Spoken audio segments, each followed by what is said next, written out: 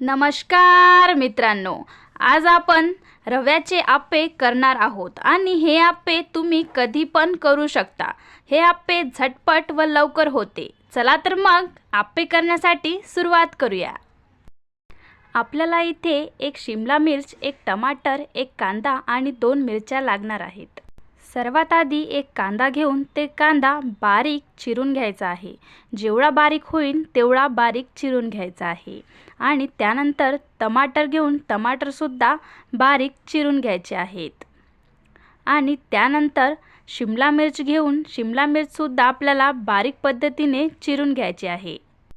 2 मिरच्या सुद्धा आपल्याला बारीक पद्धतीने चिरून घ्यायच्या आहेत। एक भांडं घेऊन त्यामध्ये 1 प्लेट रवा घातलेला आहे आणि 3 चम्मच इथे दही घालणार आहोत। त्यामध्ये थोडी कोथिंबीर घालावी आणि जे आपण व्हेजिटेबल कापून घेतले होते ते घालावे।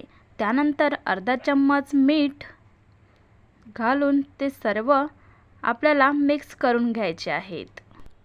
थोडे थोडे पाणी टाकून ते सर्व एकत्र करून घ्यायचे आहेत। आपल्याला या प्रकारचा बॅटर तयार करायचा आहे।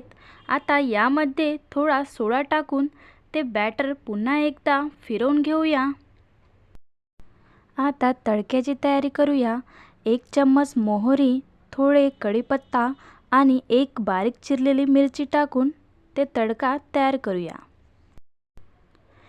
हे तडका बॅटरमध्ये टाकून हे बॅटर पुन्हा एकदा फिरवून घेऊया।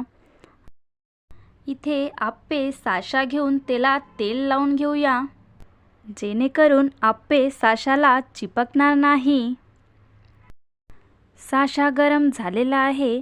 यामध्ये आता बॅटर टाकून सर्व आप्पे तयार करून घेऊया। सर्व आप्प्यांसाठी बॅटर टाकून झालेला आहे।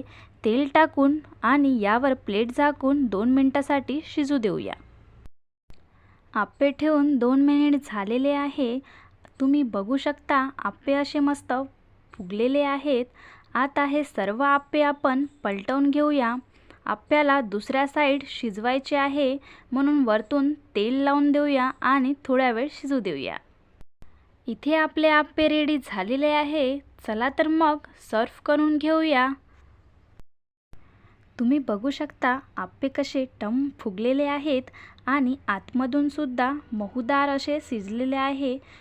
तुम्हाला या चटणीची रेसिपी हवी असेल तर मला कमेंट करा आणि चॅनलला सबस्क्राईब करा, व्हिडिओला लाईक करा। भेटूया पुढच्या व्हिडिओमध्ये नवीन रेसिपी घेऊन। थँक्यू।